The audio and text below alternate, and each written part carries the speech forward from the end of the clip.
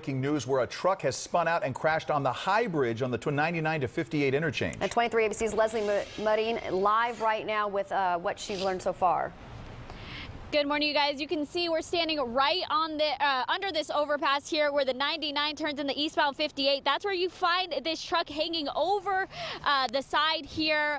It looks a lot worse than it is. We know that driver is actually okay. Apparently that delivery truck spun out of control, hit that wall, and now stuck there hanging off the side of this. Again, we're at where the southbound 99 transitions to the 58 east. At this point, CHP is working on closing down this overpass. We know once it's closed down, it'll be shut down for at least an hour, so stay clear of this area. Back to you guys.